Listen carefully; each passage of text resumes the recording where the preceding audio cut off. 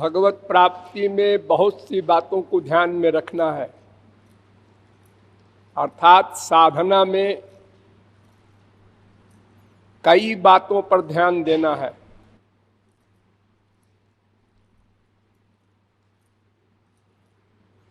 तीन वस्तु है: साधक,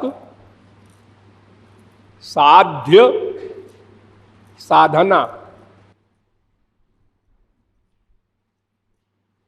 साधक अर्थात हम लोग जो साधना कर रहे हैं, और साध्य राधा कृष्ण, और साधन भक्ति।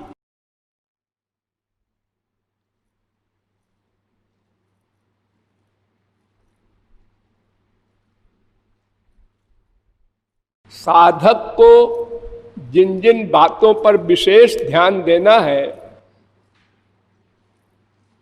उनमें सबसे पहले साध्य पर विचार करना है। अर्थात हमारे इष्टदेव राधा कृष्ण हैं, ये बात मन में लानी है, केवल रसना पर नहीं। अर्थात उनको पहले अपने सामने खड़ा करो, दोनों को खड़ा करो, राधा कृष्ण को या तीनों को खड़ा करो, राधा कृष्ण और गुरु, या इन दो को खड़ा करो, श्री कृष्ण और गुरु, या केवल श्री कृष्ण और राधा कृष्ण को खड़ा करो।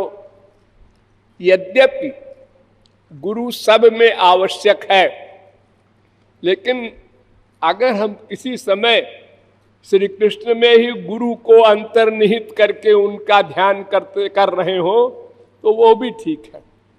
गुरु में श्री कृष्ण को अंतर्निहित करके केवल गुरु का ध्यान कर रहे हैं, वो भी ठीक है। ठाकुर जी में राधा का समावेश करके केवल ठाकुर जी और गुरु का ध्यान कर रहे हैं, वो भी ठीक है। किशोरी जी में ठाकुर जी का अध्यास करके और किशोरी जी और गुरु का ध्यान कर रहे हैं, वो भी ठीक है। किंतु साध्य का ध्यान करना कंपलसरी है, और उसके साथ गुरु का होना कंपलसरी है। यस्य देवे पराभक्तिर यथा देवे तथा गुरु। वेद कह रहा है कि जैसी भक्ति गुरु में भगवान में हो, वैसी भक्ति गुरु में हो, वो साथ रहना चाहिए। तो साध्य पर विचार करना है सबसे पहले साधक को, अर्थात रूप ध्यान।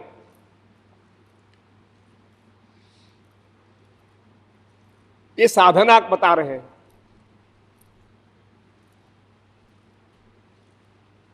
जो साधना साधक को साध्य से मिला दे, वही वास्तविक साधना है। तो साधना में सबसे पहले मैंने बताया रूप ध्यान, और वो रूप ध्यान गुरु को तो आपने अपने देखा ही होगा, देखते ही रहते होंगे। उनका रूप ध्यान तो कठिन नहीं है, आसान है। लेकिन आप कहेंगे राधा कृष्ण को तो हमने देखा नहीं, उनका रूप ध्यान कैसे करें? तो राधा कृष्ण का रूप ध्यान गुरु के रूप ध्यान से भी सरल है। क्यों सरल है? इसलिए कि राधा कृष्ण भगवान ने नियम बनाया है कि हमारा जो भी रूप तुम मान लो मन से, बस उसी को मैं भी मान लूंगा। अन्यथा तो कोई जीव भगवत प्राप्ति नहीं कर सकता, क्योंकि पहले तो वो दर्शन देंगे नहीं, तो फिर हम रूप ध्यान करेंगे कैसे? इसलिए आपको जो रूप पसंद हो, अपनी पसंद के अनुसार भगवान का रूप बना लो। जैसी आंख पसंद हो, जैसी नाक पसंद हो, जैसा मुख पसंद हो, जो जो इंद्रियां आपको जिस प्रकार की मन भाती हो, आकर्षित करती हो संसार में, बस वैसा ही बना लो।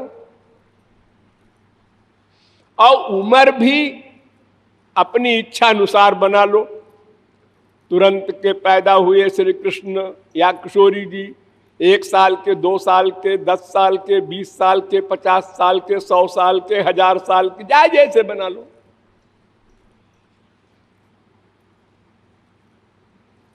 वैसे तो उनका स्वरूप 16 वर्ष की उम्र तक का ध्यान करना चाहिए, लेकिन भगवान के सब रूप हैं। त्वम जीर्णो दंडे न बंचसी, वो इतने बूढ़े बन जाते हैं कि लठिया ले करके धीरे धीरे चलते हैं, वेद कहता है।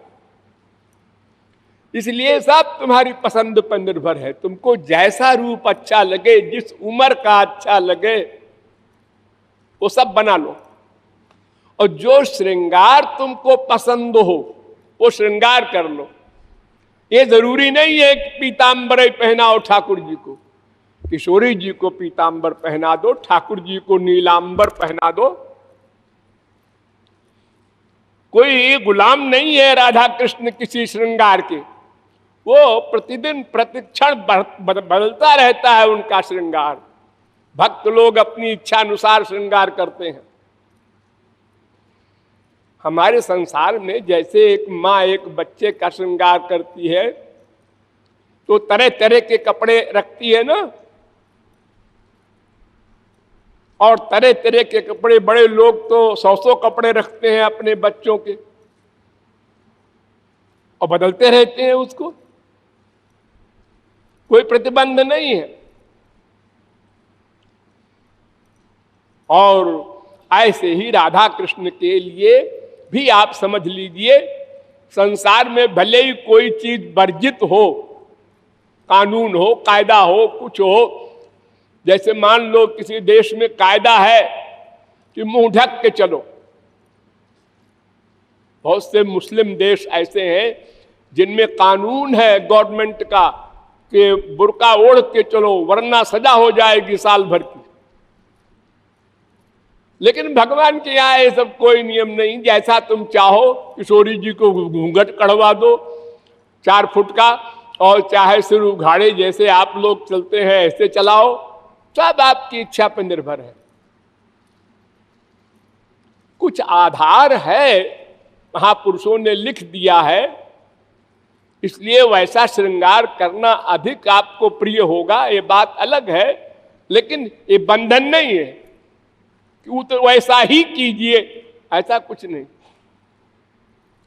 सब प्रकार का श्रृंगार आप कर सकते हैं, सब प्रकार के जेवर पहना सकते हैं, सब प्रकार की लीला करवा सकते हैं उनसे, क्रिकेट खिलवा सकते हैं आप उनसे।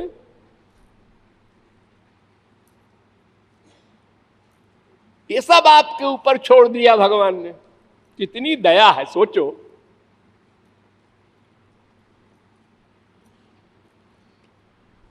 और इतना ही नहीं, उनका जो नाम पसंद हो,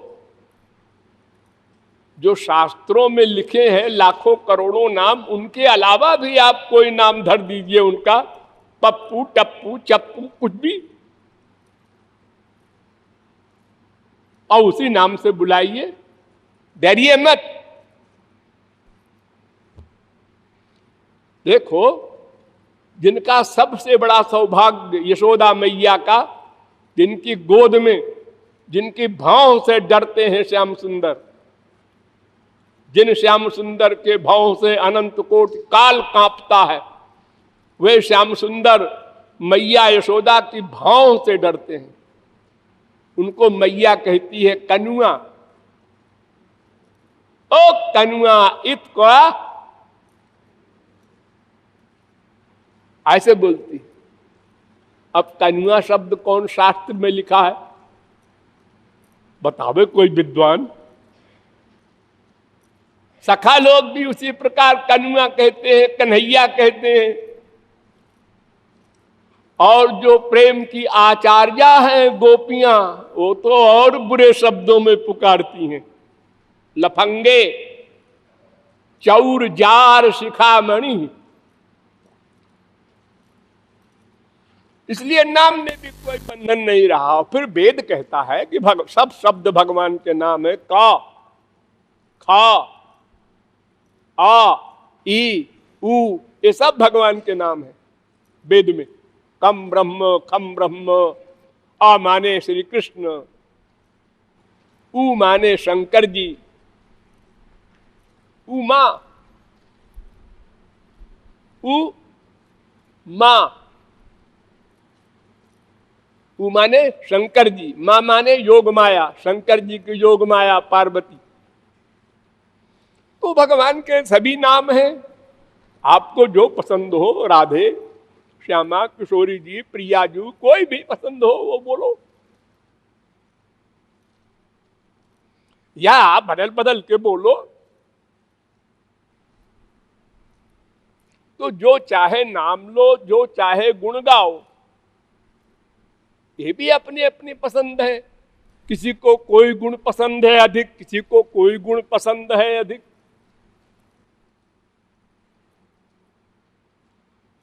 इसी प्रकार लीला,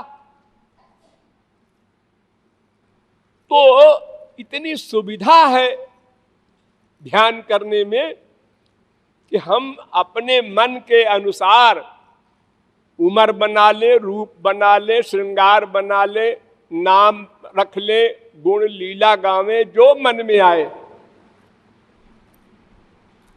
बस ध्यान करें, मन को उनमें उलझाए रहें, मन संसार में ना आने पावे, ये मेन पर्पस।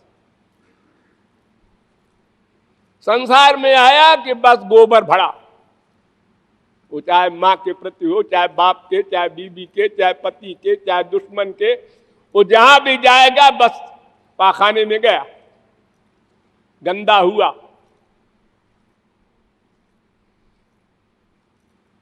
तो साधक को साध्य के पाने के लिए पहला मूल मंत्र ध्यान।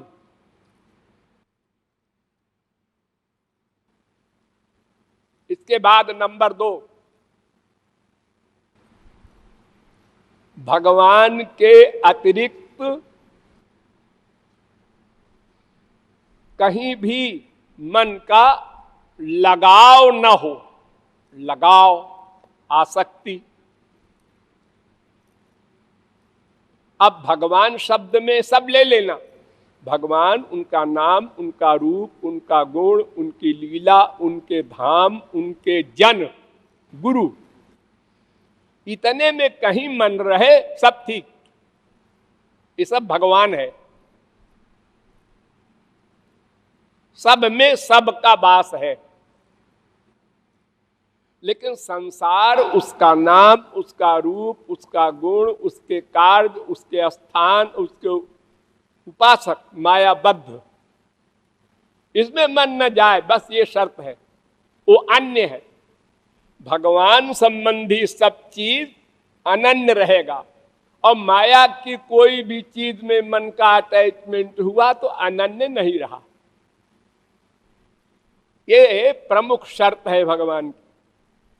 अनन्य चेता सततम यो माम स्मरति नित्यशः।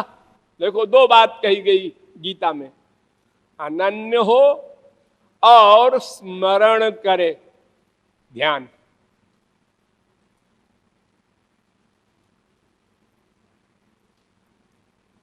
अन्य में मन का अटैचमेंट न हो जाए तो जाने दो, उसमें श्री कृष्ण को बिठाओ। अन्य वस्तु में मन जाए तो उसमें श्री कृष्ण को बिठा दो। ताजमहल अच्छा लगता है, हाँ देखो, और ताजमहल के ऊपर श्याम सुंदर को खड़ा कर दो, फिर खूब देखो, रात भर बैठ के देखते रहो। भले ही लोग पागल कहें, तुम उपासना कर रहे हो, साधना है तुम्हारी।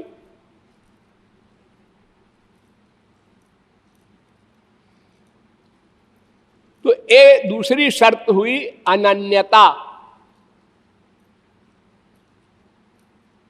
4 वस्तुएं हैं, 4 में 3 अन्य है और 1 अनन्य है। 3 में 1 सात्विक, 1 राजस, 1 तामस। सात्विक व्यक्ति या सात्विक वस्तु में मन का अटैचमेंट हो तो अन्य हो गया, माया है ना वो सत्वगुण,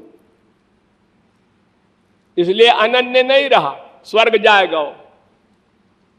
नंबर 2, राजस व्यक्ति या राजस वस्तु में मन का अटैचमेंट हुआ, अन्य हो गया, वो मृत्युलोक में रहेगा, भगवान से कोई संबंध नहीं उसका। तामस वस्तु या तामस व्यक्ति में मन का अटैचमेंट हो गया, वो अन्य हो गया, वो नरक में जाएगा, कुत्ते बिल्ली गधे की योनियों में जाएगा, भोग योनियों में। तो ये 3 गुण जो माया के हैं ये अन्य हैं। जितने भी स्वर्ग के देवी देवता हैं सब अन्य हैं।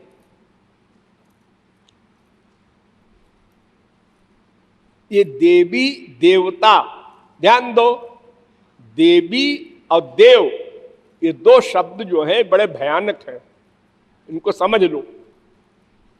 माइक क्षेत्र में भी देवी देवता होता है, कहा जाता है, लिखा है शास्त्रों में, और भगवान के लोक में भी देवी देवता का प्रयोग होता है। राधा देवी है, सीता देवी है, लक्ष्मी देवी है, वहां भी देवी शब्द का प्रयोग होता है। श्री कृष्ण देव है, कः परमो देवा, वेद का क्वेश्चन है, कौन देव है सबसे बड़ा? ना कृष्णो हवै परमम दैवतम, उत्तर दिया वेद ने, श्री कृष्ण सबसे बड़े देव हैं।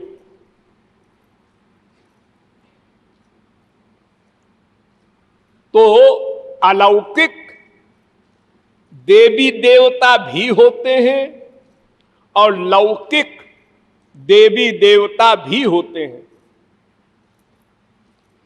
अलौकिक देवी देवता माने भगवान और उनकी दिव्य शक्तियां, लादिनी शक्ति, राधा वगैरह, संधिनी शक्ति, भगवान की जो अंतरंग वस्तुएं हैं उनमें देवी और देव का प्रयोग होता है। जैसे पुरुष शब्द है, ये माया के एरिया में होता है, ये पुरुष है, ये स्त्री है, सब बोलते हैं। और पुरुष को भगवान भी कहते हैं वेद में, सहस्र शीर्षा पुरुषा सहस्राक्ष सहस्रपात सभूमिग्वं सर्वतः स्मृत्वा त्यतिष्ठत् दशांगुलम पुरुष एवे, फिर कहा पुरुष एवेदग्वं सर्वं यद्भूतं यच्च भाव्यम उतामृतत्वस्तेषानो यदन्नेनातिरोहति एतावानस्य महिमा तो जायांश्च पुरुषा, फिर पुरुष आया। और महापुरुष भी कहते हैं भगवान को, वंदे महापुरुष ते चरणारविंदम, भागवत। और परम पुरुष तो कहते ही है, ठीक ही है। लेकिन संसार में भी 2 शब्दों का प्रयोग होता है, एक महापुरुष संत महात्मा को कहते हैं और एक पुरुष मायाबद्ध को भी कहते हैं। तो आप देखो मायाबद्ध में भी पुरुष आया और मायातीत भगवान के लिए भी पुरुष शब्द आया वेदों में। ऐसे ही देवी देव ये शब्द भगवान के एरिया के भी हैं और माया के एरिया में भी होते हैं। तो माया के एरिया वाले जो देवी देवता हैं स्वर्ग के, इनमें मन का अटैचमेंट वर्जित है। और आजकल तो यह है कि मनगढ़ंत देवी की पूजा भी उपासना होने लगी है। ये संतोषी माँ है, ये खोपड़ा माँ है, जबरदस्ती। कहीं जिनका शास्त्रों में, वेदों में, पुराणों में कहीं नाम नहीं, गढ़ लिया लोगों ने। भगवान के ही सब शब्द हैं ये, देवी देवता वगैरह, इसको हम लोग अपने यूज करते हैं, संसारी लोग। इसे प्रेम शब्द है। हाँ, तुम माँ से प्रेम करते हो? हाँ। बाप से प्रेम करते हो? हाँ। बीबी से प्रेम करते हो? हाँ। बेटे से प्रेम करते हो? हाँ। प्रेम शब्द का अर्थ जानते हो? नहीं। और करते हो? हाँ। क्या बकवास करते हो? अरे प्रेम, तुम क्या जानो प्रेम क्या बलाय है? भगवान को जो प्राप्त कर लेते हैं वे महापुरुष जानते हैं प्रेम दिव्य वस्तु है। तुम क्या जानो प्रेम से? मन के अटैचमेंट को तुम प्रेम कह देते हो, और उस अटैचमेंट का आधार स्वार्थ। स्वार्थ अधिक, प्रेम अधिक, स्वार्थ कम, प्रेम कम, स्वार्थ खत्म, प्रेम खत्म। ये है तुम्हारा प्रेम। लेकिन हम लोग खूब उन शब्दों का प्रयोग करते हैं जो शब्द वेदों में लिखे हैं भगवान के लिए। इसलिए सावधान रहना हमेशा कि जहां देवी देवता की बात आवे तो जो मायाबद्ध देवी देवता हैं उनमें मन का अटैचमेंट वर्जित है। जो मायातीत है या मायाधीश भगवान है उनको भी देवी देवता शब्द से बुलाया जाता है, तो उनमें मन का अटैचमेंट होगा तो माया से परे हो जाओगे।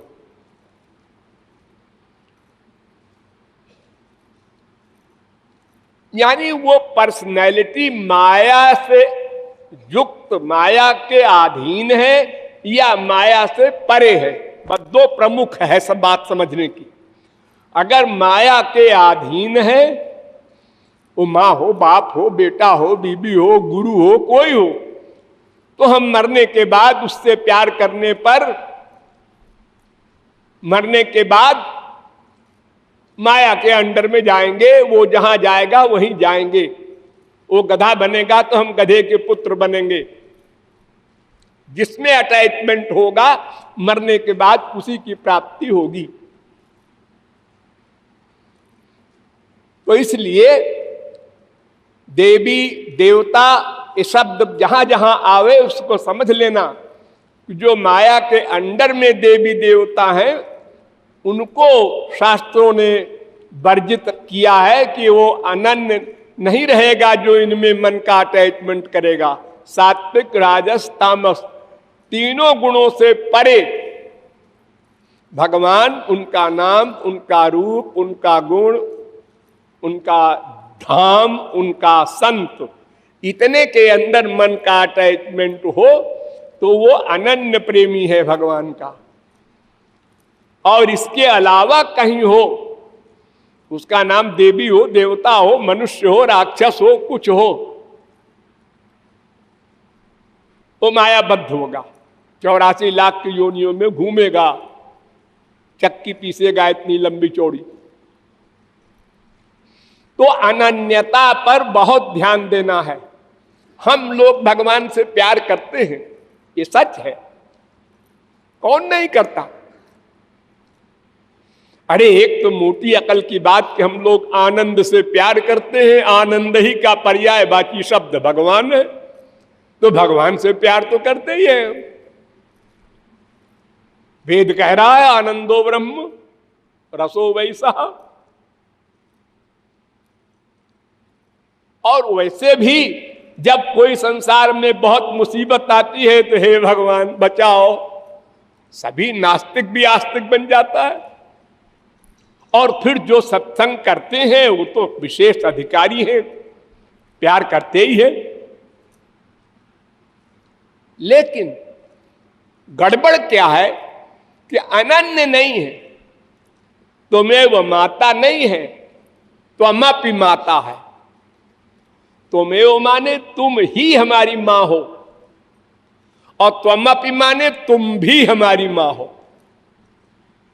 हम लोग भी लगाते हैं, एक मां संसार में हमारी बैठी है उससे भी हम प्यार करते हैं। हाँ, मर जाएगी तो रोएंगे, और तुम भी हमारी मां हो भगवान।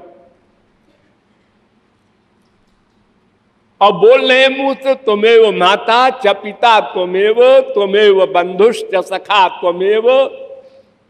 त्वमेव सर्वम।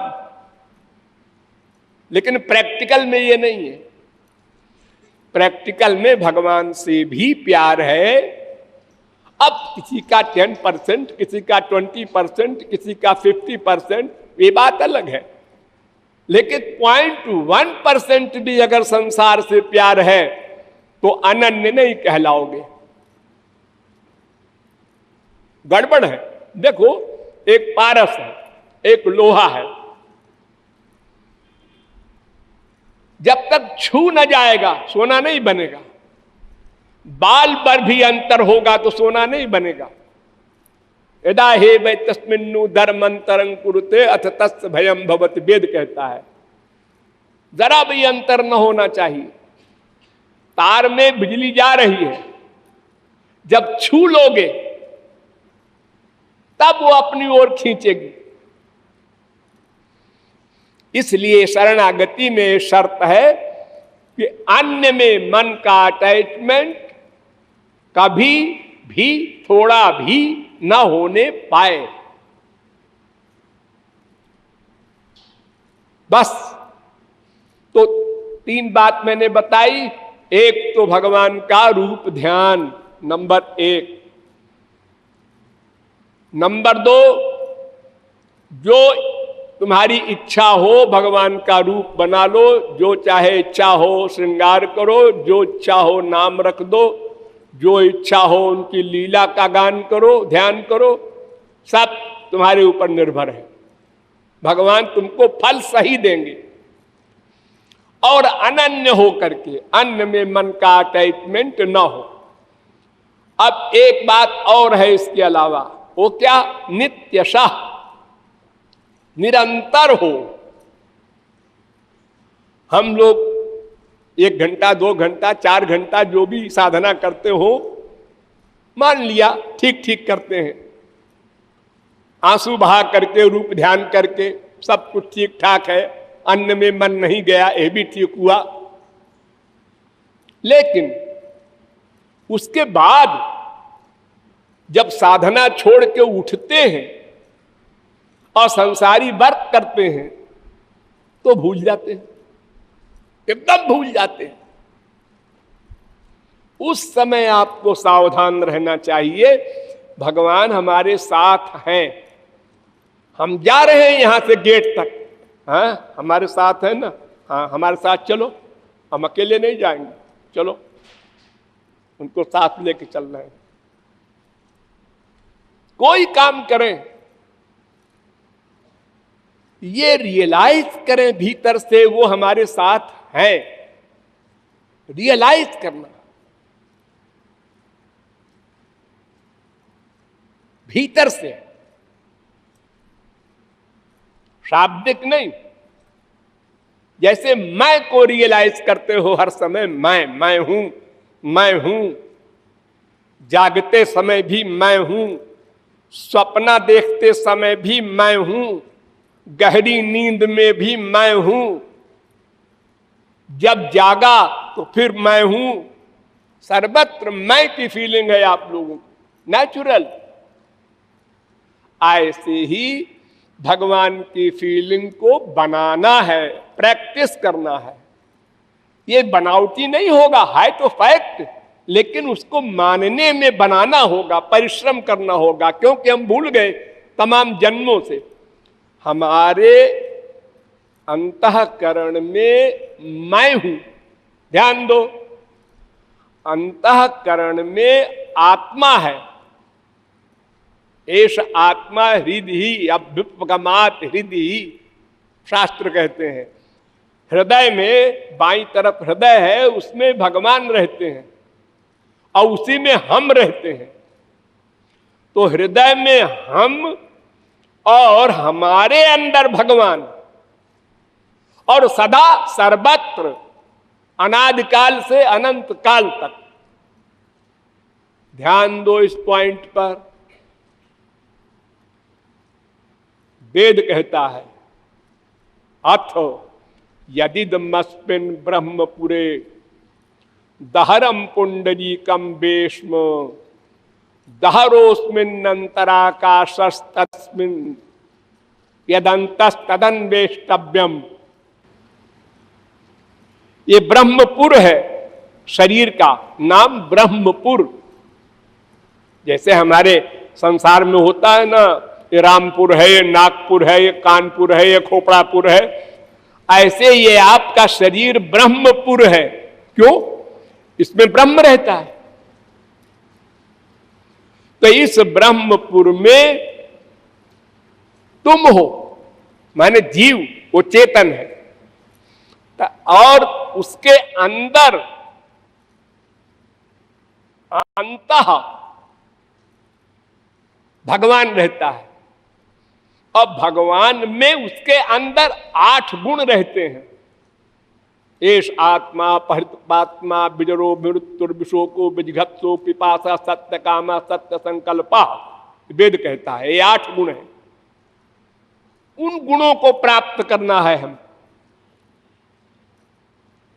तो देखो, आत्मा के अंदर परमात्मा रहता है,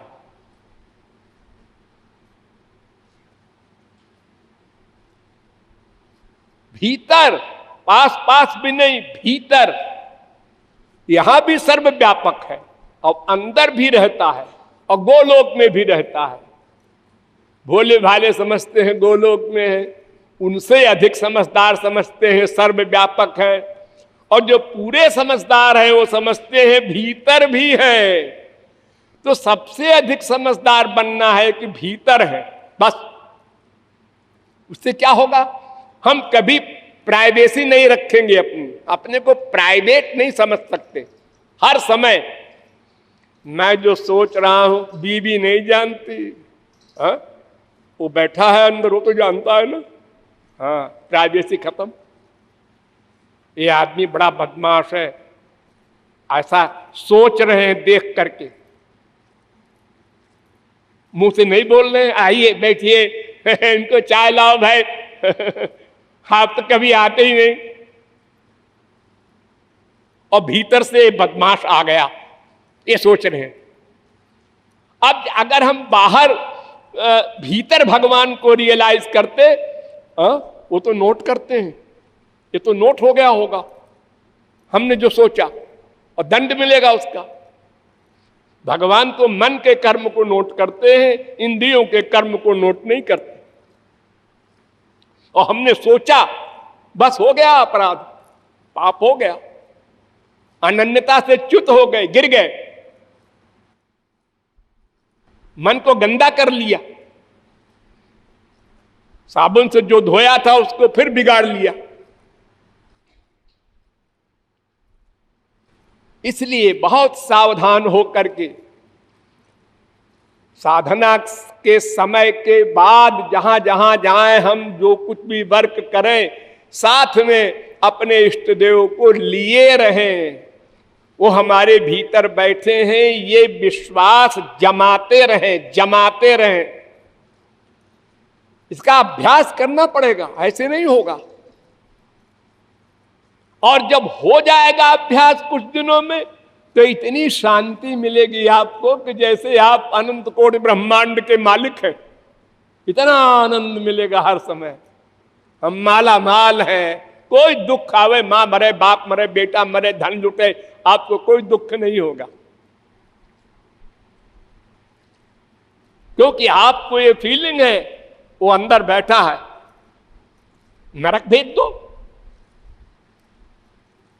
सनकादिक परमहंस, बड़े बड़े संत महात्मा कहते हैं, निरये पिनस्यात्, हमको नरक भेज दो, बस तुम हमारे साथ हो, ये फीलिंग बनी रहे बस।